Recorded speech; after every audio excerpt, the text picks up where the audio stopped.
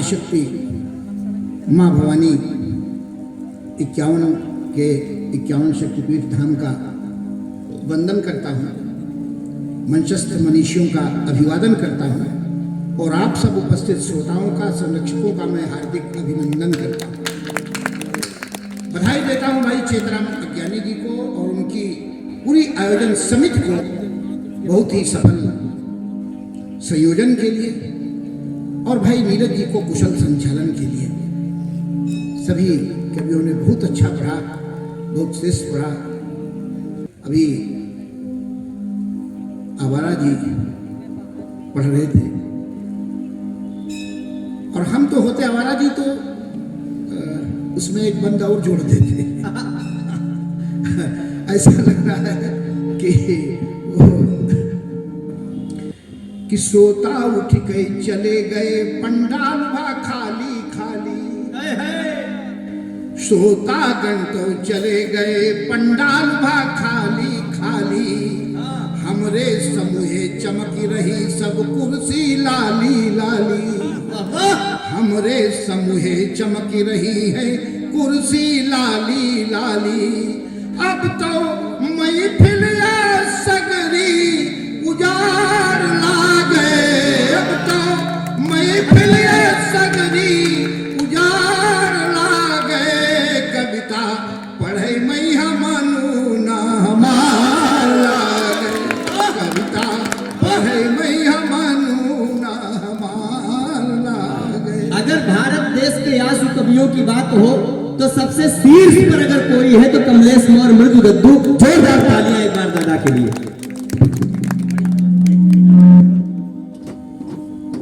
देखिए दादाजी बहुत वरिष्ठ हैं, कम से कम दादाजी की बारी में सीटी न बजाना, नहीं तो हम लोग तो सुनेंगे ही, तुम्हारी भी भलाई नहीं होगी। वो सीटी हमें देख के एक बार ये हुआ, एक जन आए बोले भाई साहब आपकी शक्ल जो है वो हमारी बीबी से मिलती है। अच्छा, तूने कहा अच्छा? बोले बस मूंछों का फर्क है। वो क्लीन शेव थे, बोले लेकिन हमारे तो मूंछें हैं नहीं। बोले हाँ लेकिन उसके हैं। थोड़ा मूंछों पर मत जाइए। ये बड़ा गड़बड़ हो सकता है। तो इससे कोई अक्षर नहीं पड़ता है सचमुच में। आइए वो अनुभव की पाठशाला भी हमारे नहीं, अनुभव के हम पिताजी भी हैं। हमारे बड़े बेटे का नाम है अनुभव है। और अपनी उम्र का है भी, और वो भी अपने घर का ही है जी। तो आइए, हमको तो बड़ी प्रसन्नता हुई। आवारा जी हमारे जनपद के हमको मिल गए। कोई मिलता है तो बड़ी प्रसन्नता होती है। हमको बुलवाया गया माइक पे आवारा के बाद। हाँ, लेकिन हम दोनों में अंतर कितना है। हमको बुलवाया गया माइक पे आवारा के बाद, ज्यों चिकारा हाजिर हो गए ऐसे एक तारा के बाद चिकारा नमन करता हूँ आपको। सबने मित्रों बहुत अच्छा पढ़ा, और अगर सभी कवियों ने बहुत सुंदर काव्य पाठ किया हो तो एक बार सब कवियों के सम्मान में होगा। और इन कवियों के सम्मान में जो है वो 4 पंक्तियां पढ़ता हूं। स्वागत है दद्दू। कि लगा कर सभी पूरा दम पढ़ रहे थे। वाह। लगा कर सभी पूरा दम पढ़ रहे थे। जियादा तो कुछ लोग कम पढ़ रहे थे। जियादा तो कुछ लोग कम पढ़ रहे थे।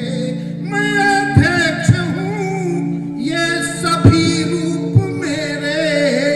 मैं अध्यक्ष हूँ ये है सभी रूप मेरे।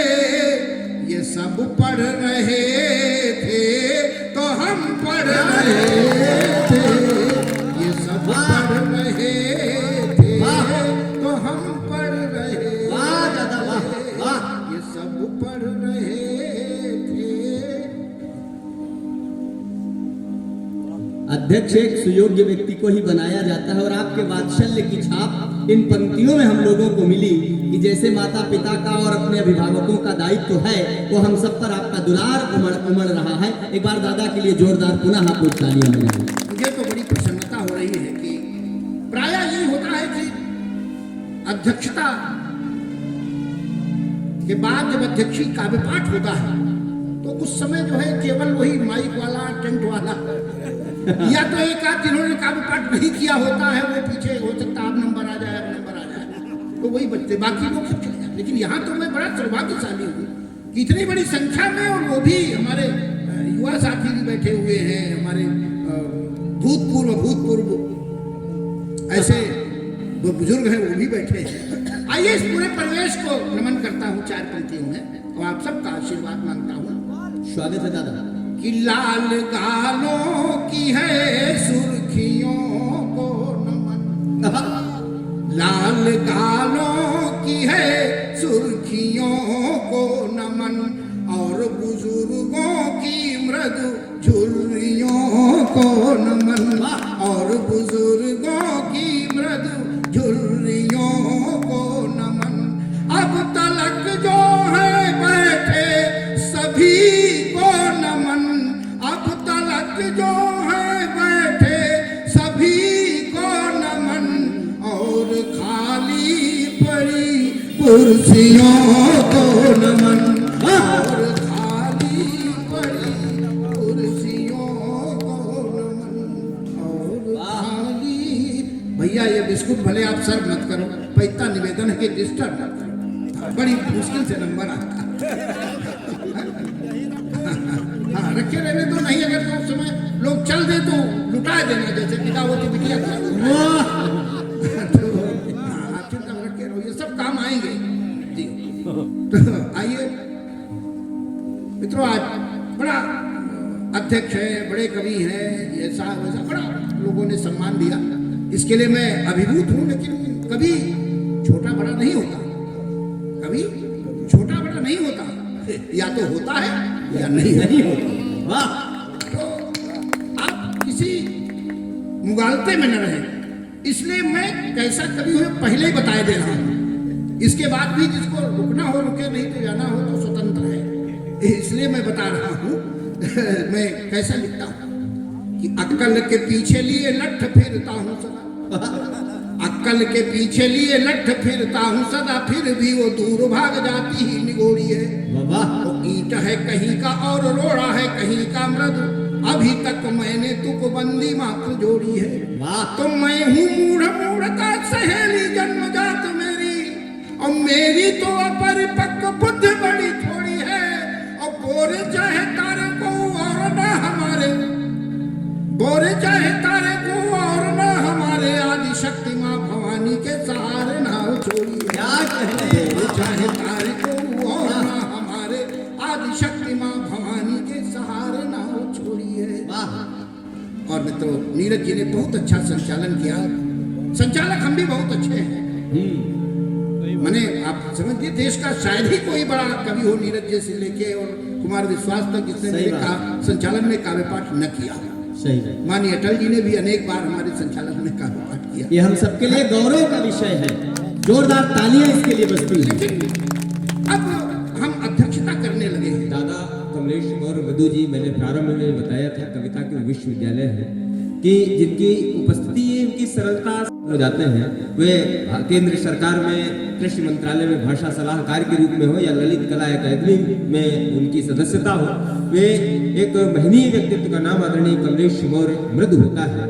केशव के 5 जन्य और पार्थ के गांडीव जैसी ही प्रखरता मुखरता है वाणी में, अभिव्यक्ति में दहाड़ती है देशभक्ति सदा, वह कवित्व शक्ति से लगाते आग पानी में, देश के विरोधियों का करते खुला विरोध, गांव गलियारों में हो या कि राजधानी में, गांव गलियारों के मंचों से लेकर लाल किले की प्राचीरों तक जिन्होंने बेरोक बेटोक निर्भीकता के साथ अपना पक्ष रखा, अपनी बात रखी, वो नाम होता है कमलेश मौर्य मृदु का। कि देश के विरोधियों का करते खुला विरोध, गांव गलियारों में हो या कि राजधानी में, आप लोग तालियों का कीजिए खड़ा पहाड़ दादा कमलेश मृदु जी की अगवानी में। अब यही शब्द, यही प्रशंसा सुनने के लिए तो मैं आतुर था, जब तक आपने नहीं आए तो मैंने अपनी प्रशंसा खुद ही शुरू कर दी। इसे कहते हैं अपने मुंह मियाँ मिट्ठू बनना। हाँ, तो अब ये बात अलग है कि अब मैं अध्यक्षता करने लगा हूँ। पहले बहुत अच्छा संचालक मैं भी था, अब मैं अध्यक्षता करने, अब हम अध्यक्षता करने लगे हैं। पहले संचालक थे, अब बीती कहानी हो गए हैं। नीरज जी संचालक हैं, ये मोदी हैं, हम आडवाणी हो गए हैं, हम आडवाणी हो गए हैं, हम आडवाणी हो गए। और देखो, अब मैं कविता पढ़ता कम हूँ, कविता लिखना सिखाता हूँ ज्यादा। अभी हमारे एक बच्चे ने पढ़ा, बहुत अच्छा पढ़ा। हम तो चाहते हैं कि हम ऐसे फार्मूले आपको बताकर जाना चाहते हैं जो आपके काम आएंगे। अगली बार से अज्ञानी जी को बाहर से कवियों को बुलाने की जरूरत ही नहीं रहेगी। मैं फार्मूले बताता हूँ। बड़ा कुछ लोग सोचते हैं कविता लिखना बड़ा कठिन होगा। कविता लिखना बहुत कठिन नहीं है। तो मित्रों, ये कितना आसान है, आपको फार्मूला बताता हूँ। कुछ मत करो, अगर सबसे आसान फार्मूला नहीं, केवल 250-300 रुपए खर्च होंगे। बढ़िया बढ़िया। हाँ, और एक पुस्तक, 2 किताबें मंगा लो। एक श्याम नारायण पांडे जी की हल्दी घाटी और एक हरिवंश राय बच्चन जी की मधुशाला। एक पंक्ति आप हल्दी घाटी से पढ़ो, एक पंक्ति मधुशाला से पढ़ो, आपकी हास्यरंगी की कविता तैयार हो जाएगी। अज्ञानी जी के आप कॉम्पिटिटिव हो जाएंगे। उदाहरण के लिए, रणवीर चौकड़ी भर भर कर खुलवा देना एक मधुशाला। रणवीर चौकड़ी भर भर कर खुलवा देना एक मधुशाला। राणा प्रताप के घोड़े को पिलवा देना मधु का प्याला। कितना अब ये फार्मूला है। आजकल ज्यादातर कविताएं फार्मूलों पे चल रही। अच्छा, कुछ मान लिया ये भी नहीं कठिन है, हो सकता है आपके पास 250-300 रुपए हो, या उसमें से आपको इस तरह से जोड़ घटाना करना ना का हो, तो दूसरा फार्मूला बताता हूँ। किसी पुराने कवि का कोई दोहा चौपाई उठा लीजिए और उसको अपडेट कर लीजिए। जैसे कबीरदास जी का एक दोहा है, पोथी पढ़ी पढ़ी जग मुआ, पंडित भया न कोय, और 2.5 आखर प्रेम का पढ़े जो पंडित होए। अब इसको अपडेट कर लीजिए। कोर्स चाट के जग मुआ, अफसर हुआ न कोय।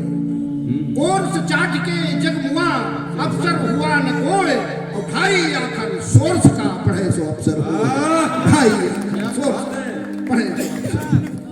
लेकिन इसमें भी ध्यान रखना पड़ता है ना, 13-11 मात्राएं। अब मान लिया इतना भी नहीं आता है, तो दोहे को आप 2 पंक्तियों में अपडेट कर लीजिए। बस केवल अपडेट करना है उसको, पुराने संदर्भों से नए संदर्भ में जोड़ना। कबीरदास जी का एक दोहा और लेते हैं। साहब से सब होत है, बंदे से कछुनाए। साहब से सब होत है, बंदे से कछुनाए। राई को पर्वत करे, पर्वत राई माए। अब इसको अपडेट कर रहा हूं मैं, दोहे के बजाय केवल 2 पंक्तियों में। पीएम से सब होत है, चेरी कर दे रानी। पीएम से सब होत है, चेरी कर दे रानी। बात से समझ में अगर आ जाए तो एक व्यक्ति का समर्थन चाहता हूं। पीएम से सब होत है, चेरी कर दे रानी, और राई को स्मृति रानी, पर्वत को अडवाणी। कुछ ऐसे ही मैं तो कविताएं लिखना सिखाता हूं, और आगे से आप लोग सीख लीजिए तो बहुत सारे फार्मूले काम आएंगे। आइए कुछ पंक्तियां और आपके बीच में पढ़ते पढ़ते समाप्त करना चाहता हूं मैं, क्योंकि समय भी बहुत अधिक हो रहा है। एक 4 पंक्तियां और पढ़ता हूं मैं। या माँ आदिशक्ति का मंदिर है, और आदिशक्ति हमारी जब सारी शक्तियां एकत्र हो जाती, जैसे 9 दुर्गा, तो हमारी जो कल्पना है बड़ी विलक्षण है। विश्व के जितने भी अन्य मजहब हैं, रिलीजन जिनको कहते हैं, जो लोग अपने को धर्म मान बैठे, आज सबसे बड़ी गड़बड़ हो गई, धर्म और रिलीजन में अंतर करना हो गया। तो वो सब सनातन के बराबर अपने को मानकर खड़े हो जाते हैं। उसमें कहीं भी ईश्वर की गाड की कल्पना में पुरुष ही है, कहीं स्त्री वहां पूज्य नहीं है। लेकिन हमारे धर्म में देवता भी आदिशक्ति की उपासना करते हैं। तो ऐसे आदिशक्ति के मंदिर में बैठा हूं। माता शेरावाली से 4 पंक्तियां इस देश के लिए मांगता हूं। हेमा पांडे जी की वंदना से ये कवि सम्मेलन प्रारंभ हुआ था। हेमा जी भी बड़ी विचित्र हैं, इनके बच्चे तो इनको माँ कहते हैं, लेकिन इनके पतिदेव इनको हे माँ कहते हैं। उन्होंने माँ की वंदना से कवि सम्मेलन का प्रारंभ किया था। जी, तो 4 पंक्तियां पढ़ता हूँ, वो एक वरदान मांगता हूँ माँ से कि माँ तू शेरा वाली तेरा पुत्र तुझे टेरता है, करो ना अभेरमा वरद हस्त धर दो। माँ तू शेरा वाली तेरा पुत्र तुझे टेरता है, करो ना अभेरमा वरद हस्त धर। वो बड़ा कुछ बताती थी, मैं श्रृंगार की कवित्री हूँ, और वो श्रृंगार पढ़ा तो वो बार बार मेरी ओर इशारा कर रही थी, उन्हें टोका भी। मैंने कई बार वो बड़े बुजुर्गों का ऐसे लोग पढ़ते हैं तो ऐसे लगता है कि जैसे पहले ही बुजुर्ग हुए थे। ऐसा नहीं, हम भी कभी जवान थे, हम भी हाँ श्रृंगार लिखते थे, आज भी लिखते हैं। चलो मैं 4 पंक्तियां पहले श्रृंगार की देखते हैं। स्वागत है। उदाहरण के लिए वो एकदम नई अनूठी उपमा दी हो कि रात ही रात हो केवल सुनहरा प्रात ना पहुंचे, रात ही रात हो केवल सुनहरा प्रात ना पहुंचे, कई दिन तक अगर उन तक हमारी बात ना पहुंचे, कई दिन तक अगर उन तक हमारी बात ना पहुंचे, तो होती इस कदर उलझन किसी से कह नहीं सकते, तो होती इस कदर उलझन किसी से कह नहीं सकते। वो जैसे पीठ में खुजली वहां तक हाथ ना पहुंचे, वो जैसे पीठ में खुजली वहां तक हाथ ना पहुंचे।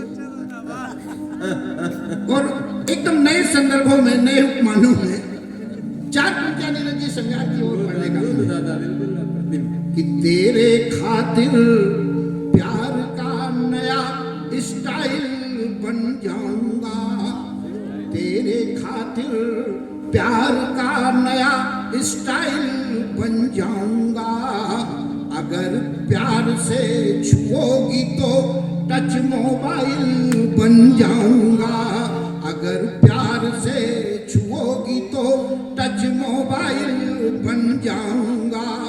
गर हमास सी कातिल नजर ने, गर हमास सी कातिल नजर ने कत्ल किया मेरे दिल का, तो छोड़ूंगा नहीं तुम्हें मैं इजराइल बन जाऊंगा, तो छोड़ूंगा नहीं तुम्हें मैं। और आइए मैं वंदना की पंक्तियां से एक आप सम्मेलन प्रारंभ हुआ था, वंदना की 4 पंक्तियां पढ़ता हूं कि माँ तू शेरा वाली तेरा पुत्र तुझे टेरता है, करो ना अभेरमा वरद हस्त धर दो।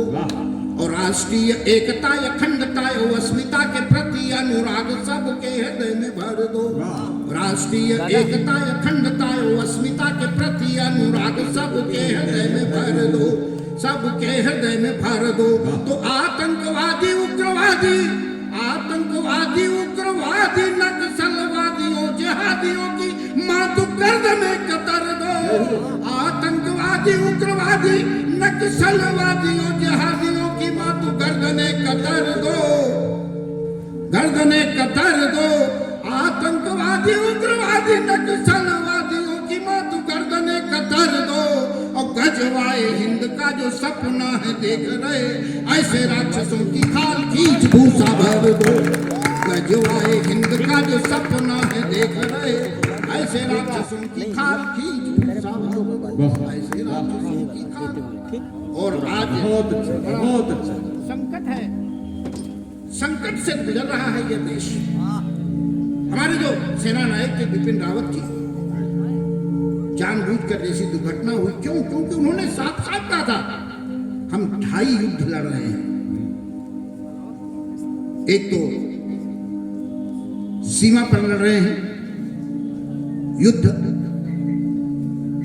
और एक युद्ध सीमा के बाहर, ये जो घटनाएं कश्मीर जैसी होती है वहां लड़ रहे हैं। एक हम अपने अंदर युद्ध लड़ रहे हैं, जगह जगह पर युद्ध की स्थितियां जो गजवाए हिंद का सपना देखने वाले हैं। तो इनसे निपटने के लिए इस देश की जवानी का आह्वान करता हूं, क्योंकि आदि शक्ति के मंदिर में बैठा हूं, शक्तिपीठ में बैठा हूं, तो मां से, मां के समक्ष एक याचना करता हूं और आप सबसे एक निवेदन करता हूं कि देश फिर गजवाए हिंद की चपेट में है, देश फिर गजवाए हिंद की चपेट में है, छत्रपति शिवा की भवानी को जगाइए। देश फिर गजवाए हिंद की चपेट में है, छत्रपति पार्वती शिवा की भवानी को जगाइए, और भाला महाराणा का कृपाण गुरु गोविंद की दुर्गावती झांसी वाली रानी को जगाइए, दुर्गावती झांसी वाली रानी को जगाइए। और चंद्रगुप्त मौर्य जागे, बंदा वाला शौर्य जागे, चंद्रगुप्त मौर्य जागे, बंदा वाला शौर्य जागे। और ऊदा झलकारी मर्दानी को जगाइए, और शत्रुओं के दल हाथ मल मल पछताए। सोई हुई देश की जवानी को जगाइए, सोई हुई देश की जवानी को जगाइए। और आज 496 वर्ष से जो सपना देख रहे थे बलिदानी, आज उस सपना साकार हो रहा है। भगवान राम का मंदिर अयोध्या में बन रहा है। लेकिन यह मंदिर तब बन रहा है जब वो विवादित ढांचा सन 92 में मिल गया था। उस समय का एक दृश्य आपके समक्ष रखना चाहता हूं। अखबारों में पढ़ा होगा या आपने जो है टीवी पर देखा होगा, रेडियो से सुना होगा।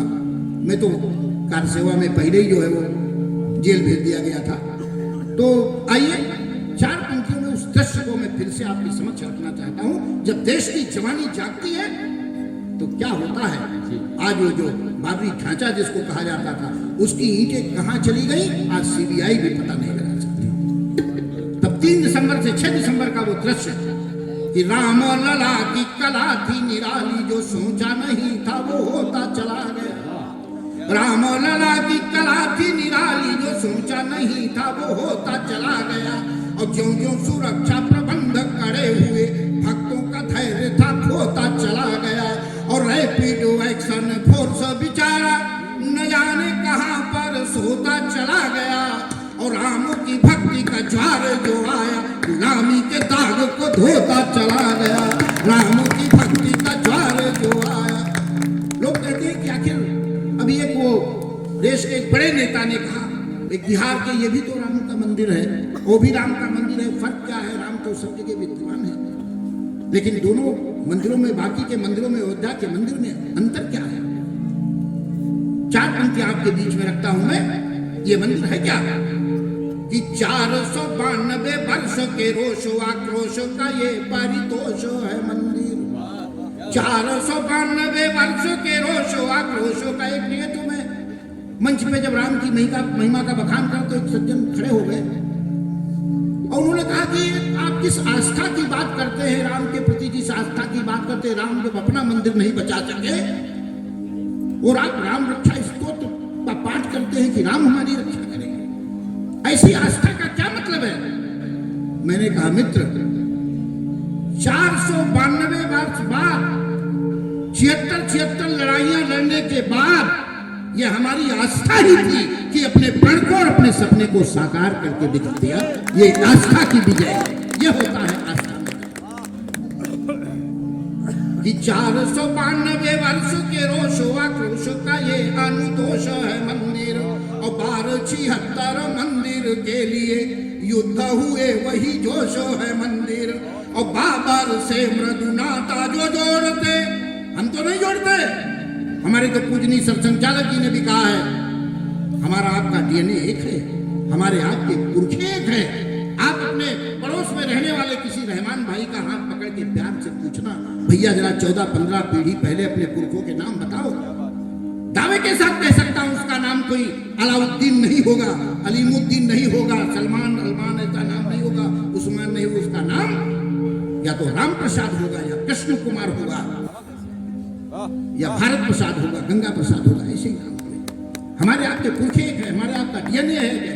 फिर भी अगर आप अपने आक्रमणकारियों के साथ अपना नाता जोड़ते हैं तो इसके जिम्मेदार आप होंगे, इसका खामियाजा आप भुगतेंगे। हम तो आपको अपना मानते हैं, सबका साथ, सबका विकास, सबका विश्वास लेकर चलने वाले, वसुधैव कुटुंबकम की संस्कृति वाले हैं हम तो।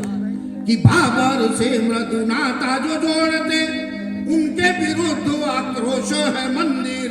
और लेसर यूजल हाथों में की थी प्रतिज्ञा, वही उद्घोष है मंदिर। लेसर यूज, लेकिन कैसी विडंबना, हमारे देश में, हमारे देश के अपने लोग, गैर नहीं, हलफनामा देते हैं सर्वोच्च न्यायालय में, राम तो हुए नहीं, कृष्ण तो हुए नहीं, ये तो मिथक है। कौन सी पाठशाला में पढ़े थे वो तब, जब राम सेतु जैसा पुष्ट प्रमाण हमें मिल गया। द्वारिका तो हमें बहुत पहले मिल गई थी, हमारी जिन बातों को लोग, हमारे सनातन की जिन बातों को लोग कल्पना करके उसका मखान उड़ाते थे, आज उसके प्रमाण वैज्ञानिक लोग खोज रहे हैं। शेषनाग की वो सैया, शेषनाग की वो सैया फ्रांस और जर्मन के वैज्ञानिकों ने खोज ली है प्रशांत महासागर में, 200 वर्ग किलोमीटर में फैली हुई है। उसका नाम दिया है सर्पेंटाइन रॉक। और जब वो हिलती डुलती है तो सुनामी जैसी घटनाएं होती हैं, भूकंप आते हैं। और तब कहते राम तो हुए नहीं, तब 4 पंक्तियां पढ़ता हूं कि राम से तू भी मिला है और द्वारिका भी मिली, क्या ये तथ्य सत्य की गवाही नहीं देता है। और राम जन्मभूमि की खुदाई में मिला प्रमाण, सावन के अंधों को सुझाई नहीं देता है, सावन के अंधों को सुझाई नहीं देता है। और राम और कृष्ण के ही नाम पे करोड़ों लोगों को पुकारा जाना भी सुनाई नहीं देता है। और राम और कृष्ण को जो मिथक बताते, उन उल्लुओं को तीनों में दिखाई नहीं देता है, उल्लुओं को तीनों में दिखाई नहीं देता तीनों में। और हमारे ये भूमि पूजन किया हमारे यशस्वी प्रधानमंत्री जी ने जाके वहां। देखिए, कभी का किसी पार्टी से कोई मतलब नहीं, हमको न सपा बसपा न कांग्रेस से मतलब, हमको न भाजपा के ही परिवेश से मतलब। हम यानी हम सब कभी, हम युग के पुजारी हैं और चारण है राष्ट्र के। हमको अगर मतलब है तो बस देश से मतलब, हमको अगर मतलब है तो बस देश से मतलब। लेकिन देश के लिए अगर कोई इत्ता भर करता है तो बित्ता भर गुणगान करना भी हम कवियों का त्याग कहने। वाह वाह वाह वाह। जब हमारे राजनेता, हमारे प्रधानमंत्री हिम्मत नहीं करते थे अयोध्या जाने की, तब वो हमारे प्रधानमंत्री गए और दंडवत होकर प्रणाम करते हैं। तब ये भूमि पूजन है क्या? 4 पंक्तियां आपके बीच में रखता हूँ। कि राणा का भाला शिवा की भवानी, गुरु गोविंद सिंह की कृपाण का पूजन। राणा का भाला शिवा की भवानी, गुरु गोविंद सिंह की कृपाण का पूजन। और बंधु कोठारी समेत समर्पित भक्तों के है बलिदान का पूजन। 1200 साल से रौंदे गए, 1200 साल से रौंदे गए मृदु हिंदुओं के स्वाभिमान का पूजन। और मंदिर तो है प्रतीक ये नूतन भारत के निर्माण का पूजन। मंदिर तो है प्रतीक ये नूतन भारत के निर्माण का पूजन। ऐसी ही प्रतिज्ञा जब सरदार पटेल गए थे, प्रथम बार गृह मंत्री होने के बाद गुजरात गए, समुद्र में खड़े होकर के उन्होंने सोमनाथ मंदिर जो आक्रमणकारियों ने ध्वस्त किया था हमारे स्वाभिमान के प्रतीक को, उसके पुनर्निर्माण की प्रतिज्ञा की थी। जब मंदिर बनकर तैयार हो गया, उसके उद्घाटन के लिए उस समय के राष्ट्रपति राजेंद्र प्रसाद जी को बुलाया गया। नेहरू जी ने मना कर दिया, वो तो हिंदुओं का मंदिर है, तुम सेकुलर देश के राष्ट्रपति हो, नहीं जा सकते।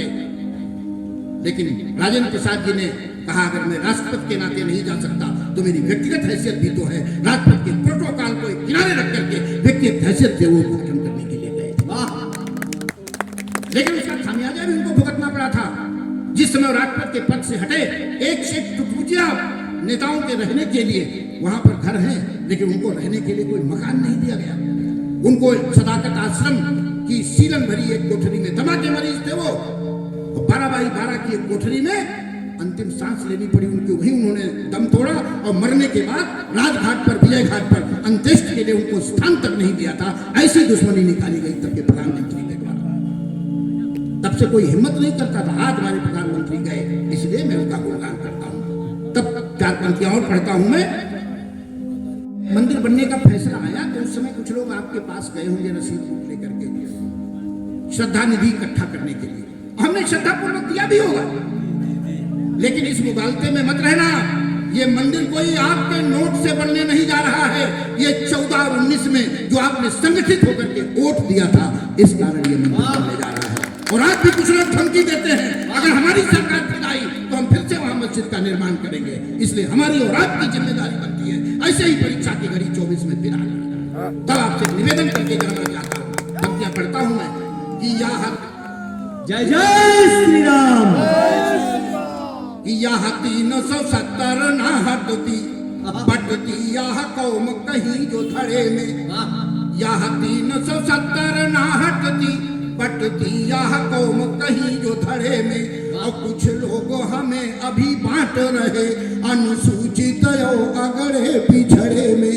कुछ लोग अभी हमें बांट रहे अनुसूचित अगड़े पिछड़े में। और 14 और 19 में बट जाते तो होती अयोध्या अभी झगड़े में, 14-19 में बट जाते तो होती अयोध्या अभी झगड़े में। और एकता टूटे न 24 में, एकता टूटे न 24 में, मथुरा और काशी पड़े लफड़े में, एकता टूटे न 24 में। हमारे एक मित्र ने कहा, मृदु जी अगर ये मंदिर तो बन ही रहा है, 370 हट ही गई, तो उसके बाद ओज के कवि लिखेंगे क्या? तब ओज के कवियों के लिए कुछ विषय देते हुए अपनी वाणी को विराम देना चाहता हूं। अभी बहुत सारा कुछ होना है। क्या क्या बाकी है कि जड़ काट दी 370 की, चला पीओगे पे अभी छूरा नहीं। जड़ काट दी 370 की, चला पीओगे पे अभी छूरा नहीं। अभी है न मदारी संहारे गए, बस मारे गए हैं जमूरा। अभी आतंकवाद के मास्टरमाइंड सब जिंदा है। अभी है न मदारी संहारे गए, बस मारे गए हैं जमूरा। अभी खंडित भारत है अपना, अभी खंडित भारत है अपना, सपना नय खंड का पूरा। अभी खंडित भारत है अपना, सपना नय खंड का पूरा।